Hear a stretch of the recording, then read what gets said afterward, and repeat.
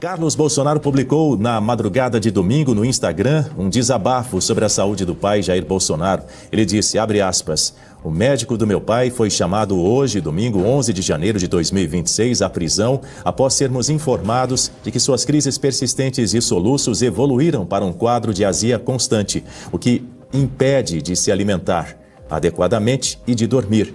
É perceptível ainda o grave abalo psicológico que sofre, agravado pelo fato de permanecer sozinho na solitária. Neste fim de semana, a defesa do presidente Jair Bolsonaro protocolou mais um pedido de prisão domiciliar humanitária junto ao STF, que até o presente momento, lamentavelmente, não foi apreciado. Bom, a foto anexa registra meu pai em intermináveis crises de vômito decorrentes das sequelas da facada que sofreu, praticada por um antigo militante do PSOL, partido historicamente alinhado à facção política de Luiz Inácio Lula da Silva. Berenice Leite, uma imagem chocante, não? Com certeza, Daniel. E o Carlos, né, ele é a segunda vez já que ele desabafa e traz imagens de que só a família tinha acesso, né? Acredito que essa foto ainda foi no período em que Bolsonaro estava na prisão domiciliar. E ele já tinha esses problemas com os soluços, as crises intermináveis. Vamos lembrar aqui que há menos de 15 dias, há cerca de 20 dias, mais ou menos por aí, ele passou por esses procedimentos cirúrgicos para tentar conter os soluços, e isso foi amenizado com medicamentos, mas na semana passada, quando ele esteve lá no hospital para fazer os exames em virtude da queda, o advogado não, o médico dele, né, o Dr. Caiado Brasil, ele disse o seguinte, que eles iam tentar suspender a medicação para ver o que seria melhor, por causa das tonturas que ele sente pela manhã. Só que ao suspender essas medicações, que são justamente para conter os soluços, então eles têm que avaliar nesse momento o que dá menos prejuízo para o ex-presidente, no sentido de dor, né? E agora a gente percebe que, suspendendo alguns medicamentos, né, isso agora está prejudicando a alimentação dele. Então o ex-presidente Jair Bolsonaro está passando por uma situação muito, muito triste mesmo, né? Acho que qualquer ser humano merece ter ali o direito a um tratamento digno de saúde.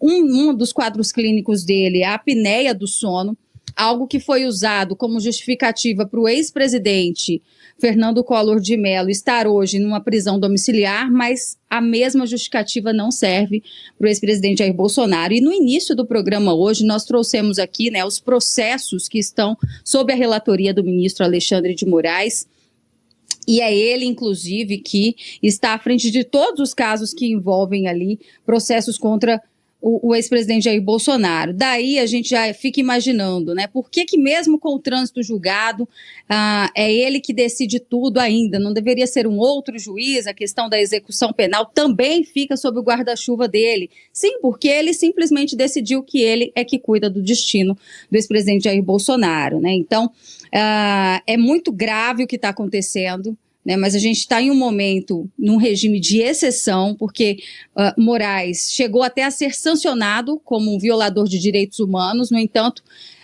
recuaram nessa decisão, mas ele continua, né, ele continua avançando cada vez mais, ao passo que o próprio Conselho Federal de Medicina, que queria abrir uma sindicância, que é a competência do CFM, uma sindicância para apurar as condições que o ex-presidente vem sendo tratado, né? Se são condições realmente dignas de uma pessoa, de um ser humano, e eles foram ali simplesmente rechaçados, né?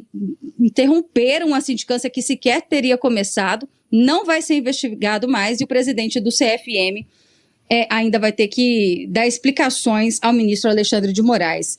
A defesa reitera o pedido pela domiciliar, né? E ainda ontem, esse novo episódio que só agrava a situação do ex-presidente Jair Bolsonaro. Olha, a situação é tão grave, Daniel, que eu ouso dizer que é uma questão de tempo. Se essas condições em que ele está ali preso na Superintendência da Polícia Federal permanecerem, se isso não, se esse regime não for pelo menos para uma domiciliar, infelizmente o ex-presidente Jair Bolsonaro não vai aguentar por muito tempo. Essa é a realidade, né? Não há uma pessoa que aguente por tanto tempo todo esse sofrimento. E o mais grave de tudo tudo por causa daquela facada de uma tentativa de homicídio e hoje, né, Adélio Bispo correndo o risco aí de estar de volta às ruas numa próxima análise, já que ele foi declarado como louco, né? Então a loucura passou ali por cima do crime mais grave, que seria a tentativa de assassinato. E não sabemos até hoje se existe um mandante, porque isso sequer foi investigado, Daniel. Então, vamos continuar acompanhando toda essa situação. Amanhã é dia de visita novamente. A família, são um dos poucos momentos em que a família do ex-presidente pode estar com ele por apenas 30 minutos. E aí eu nem vou entrar no mérito, né, de comparação novamente com outros casos de ex-presidentes. Porque Lula, quando estava ali condenado por crimes envolvendo corrupção, né, fazia da sua cela, digamos assim, um verdadeiro comitê político. Recebia várias visitas ao longo da semana, dava entrevistas e tinha até uma namorada. Então daí a gente já vê, né, os dois pesos e duas medidas que hoje regem no nosso país. Em linha com o que você disse, Berenice, também no fim de semana, a mulher de Jair Bolsonaro, Michele Bolsonaro, desabafou sobre o estado de saúde do marido. A ex-primeira-dama afirmou que a condição de saúde de Bolsonaro estaria sendo agravada pelo regime de custódia. De acordo com ela, houve mudança no procedimento de segurança após a troca da equipe responsável. Conforme o relato de Michele, quando a custódia era feita pela PF, a porta da cela permanecia aberta.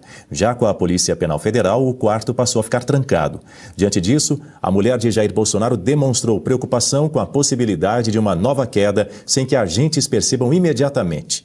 Michele também declarou que as autoridades já foram informadas, abre aspas, sobre os riscos reais de morte que ele corre ao permanecer 24 horas trancado em um quarto, apresentando tontura em decorrência dos efeitos das medicações, fecha aspas. Guta Pini, na semana passada nós vimos inclusive manifestações do PL, que é o partido de Jair Bolsonaro, a liderança da oposição, classificando como vingativo e desumano o tratamento oferecido ao Bolsonaro. Contudo, também recentemente, esse pedido de prisão domiciliar protocolado no penúltimo dia lá de 2025 já foi negado rapidamente pelo ministro do Supremo Tribunal Federal, Alexandre de Moraes. Não existe expectativa positiva vindo da caneta do ministro Alexandre de Moraes.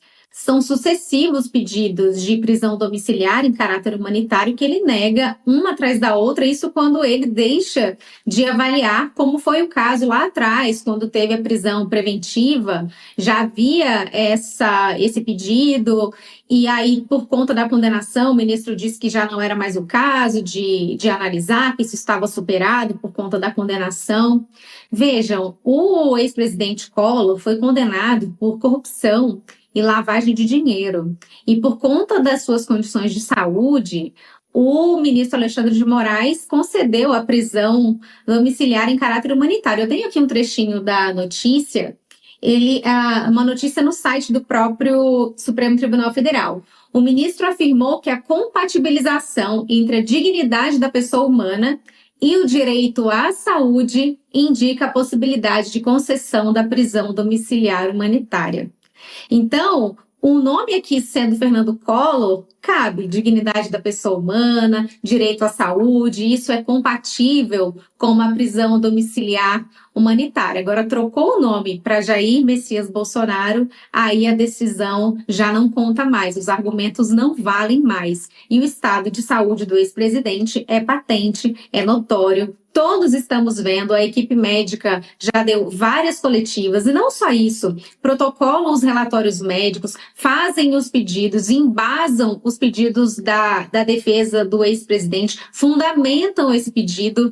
Houve a queda na semana passada, e isso não foi negado, isso aconteceu, teve o traumatismo craniano leve, são muitas medicações, não está descartada a possibilidade de uma nova queda. E agora Michele Bolsonaro vem e traz essa notícia de que a porta fica fechada. E quando é que vão se dar conta se algo acontecer ao ex-presidente? Agora, nada desse contexto importa para a caneta do ministro Alexandre de Moraes. E o fato é que Bolsonaro já está condenado, inelegível, qual que é a justificativa para que não se conceda essa prisão domiciliar humanitária? Ele vai continuar preso.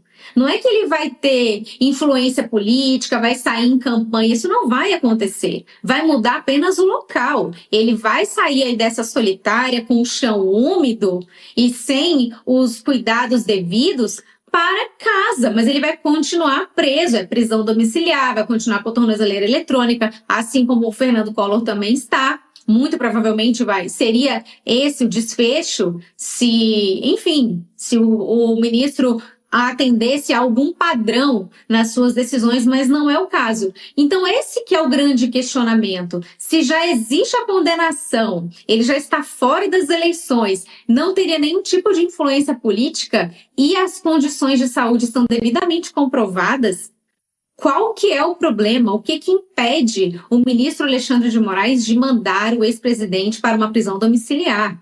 E vejam, agora nós estamos falando da prisão domiciliar de caráter humanitário, mas na semana passada o pedido era outro. O pedido era apenas permita que Jair Bolsonaro faça exames. Vejam, a escalada do ministro parece que não tem limites, ele não recua. Mesmo diante da queda, os pedidos para exame mais de 24 horas depois que ele foi autorizar. E ainda assim, depois de tudo isso, o ex-presidente continua na cela, continua lá na Superintendência da Polícia Federal e sem previsão para uma prisão domiciliar em caráter humanitário, quando a gente está vendo aí um caso semelhante, com alguns problemas de saúde semelhantes do ex-presidente Fernando Collor, em que foi garantida essa prisão domiciliar. E lembrando os crimes, né?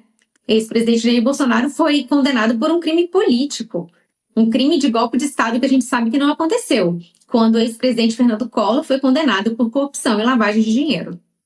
Berenice Leite. Então, queria só fazer um complemento, ouvindo a Guta aqui, né? Me veio à mente essa questão novamente da sindicância do Conselho Federal de Medicina, porque na semana passada nós vimos que 2 advogados, de forma muito corajosa, né, protocolaram ali junto à Procuradoria-Geral da República para que o Paulo Gonet avalie um pedido de prisão sob a alegação de tortura por parte do ministro Alexandre de Moraes, né? Eles pedem a prisão do ministro Alexandre de Moraes e alegam que o ex-presidente está sendo torturado com as decisões do magistrado, né? Esse pedido ainda não foi avaliado, ao que tudo indica, vai ser arquivado. Mas percebam que, imagina, né, porque foram deputados que acionaram o Conselho Federal de Medicina, imagina se o CFM, nessa sindicância, apura que a conduta médica, né, que a forma como o ex-presidente vem sendo tratado na prisão caracteriza tortura. Seria uma prova contra, né, esse regime que vem aí o julgando, né, que a execução penal não está agindo de forma correta. Então, daí talvez o motivo pelo qual essa sindicância foi suspensa pelo ministro Alexandre de Moraes. É aquela história, né, não se pode criar provas contra si mesmo, e ele jamais deixaria que isso acontecesse. Então as coisas começam a fazer sentido, né? E questões que envolvam ultrapassar competências, se o Congresso não é respeitado, imagine o CFM, não é mesmo, Daniel?